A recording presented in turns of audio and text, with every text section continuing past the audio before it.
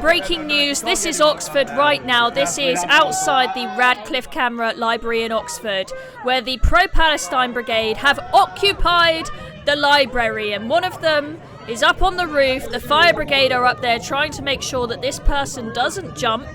And this has been going on since 9 a.m. this morning. It's absolute mayhem. The pro-Palestine protesters are all gathering outside. You hear them saying, shame on you, the university, for having financial ties with Israel. This is absolute mayhem. The coppers are all out there.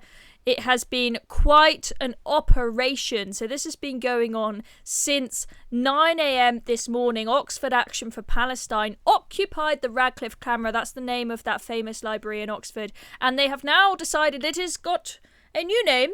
The Khalida Jarrah Library.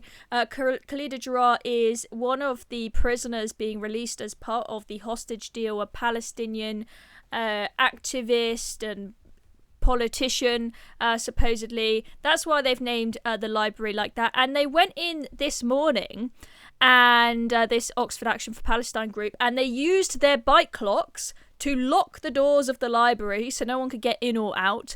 And they then renamed the library and said that they had occupied it. This was at 9 a.m. this morning. And then the fire brigade, they had to go in and use angle grinders to break up the bike clock so that they could get back into the library. You had this person go up on the roof. The fire brigade needed to get in there, make sure that person is not going to jump. You had them with a megaphone out on the roof. It has been absolute chaos. And as this has gone on, still going on now this evening, you've had the crowds gathering. My brother very kindly has been out there taking some videos for us. The crowd has been growing, people in support of the activists, chanting, calling shame on the university and the government for supporting Israel. You give these nutcases a ceasefire and they are still not happy. Let's have a look at them out there chanting. Shame on you! Shame on you! Shame on you!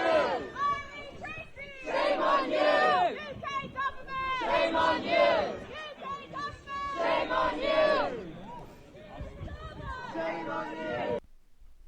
Absolute chaos, as you can see.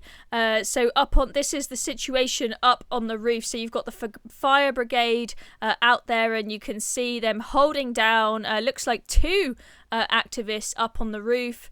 We're not sure exactly what their intentions were.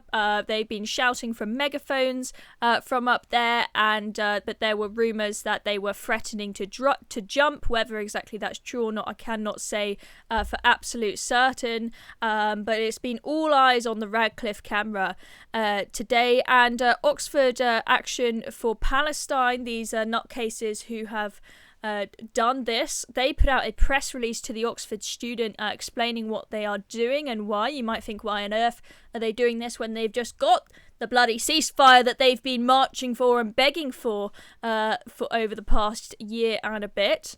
And this is what they had to say. At 9 o'clock this morning, members of Oxford Action for Palestine established the Khalida Jarrah Library. Bloody hell. Beginning the occupation of the Radcliffe Camera. We cannot abide business as usual while the university continues its financial and deplorable financial material support, which upholds Israeli occupation and apartheid, and which enabled ruthless Israeli genocide in Gaza. Now, the press release goes on and on and on. I won't read all of it to you, but I just, in case you're wondering why are they doing this when they finally got the ceasefire they wanted, I just wanted to show you this last bit of their press release. They said, as Palestinians in Gaza are finally allowed a moment to breathe, grieve, return, and begin rebuilding their homes, mosques, churches, schools, and hospitals, our efforts must be redoubled.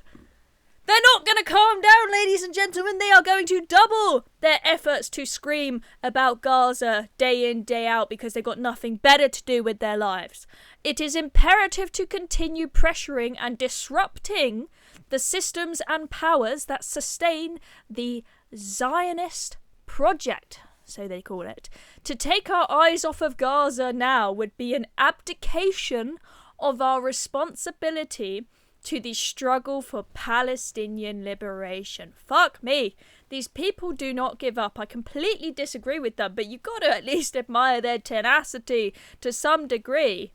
I mean, this has been going on for well over a year and they haven't got bored of it yet. I'm genuinely surprised. And the Radcliffe Camera, the library that we are talking about, let's go back to that. The Radcliffe Camera, you've got the fire brigade outside the gates there. You see all of those fences. So I was in Oxford last week, having not been for a while, and I walked down to the Radcliffe Camera, this library, and this is probably the most picturesque spot in Oxford because it's such a brilliant building that's completely curved. It's a big circle, most famous library in the city. Well, you've got the Bodleian libraries next door, but this one's far more photogenic.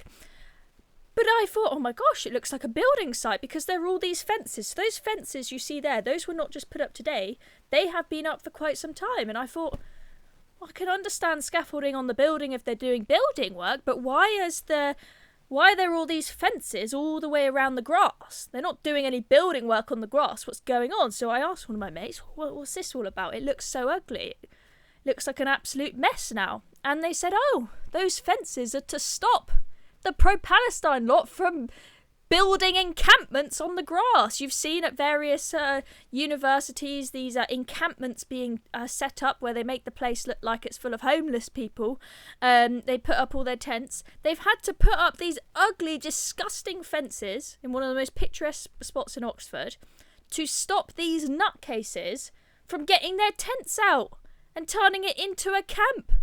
I mean, it's just unbelievable. Why aren't these students doing their degrees and doing their work? I bet you those students occupying that building, I bet you they are not doing well in their essays for their degree at the moment. I bet you they are doing absolutely no work whatsoever. It's pretty disappointing what our universities have become. It's just absolute chaos. When are these people going to stop? They have made Gaza their entire personality, and you'll have had students, okay, who just wanted to sit in the library this morning and work on their essays, work on their thesis, work on studying for their next exams, but oh no, they weren't allowed peace and quiet because these self-righteous nutters had to come in and cause a scene that's gone on all day, use police resources, the fire brigade's resources. They've had to waste their time dealing with this the entire day. Those, as far as we know, those people are still up on the roof right now as we speak. This is still ongoing. God knows how much longer it's going to go on. It is just absolutely beyond belief. But that is the latest update, ladies and gentlemen. I'm Chloe Dobbs. Thank you very much for watching. See you all next time.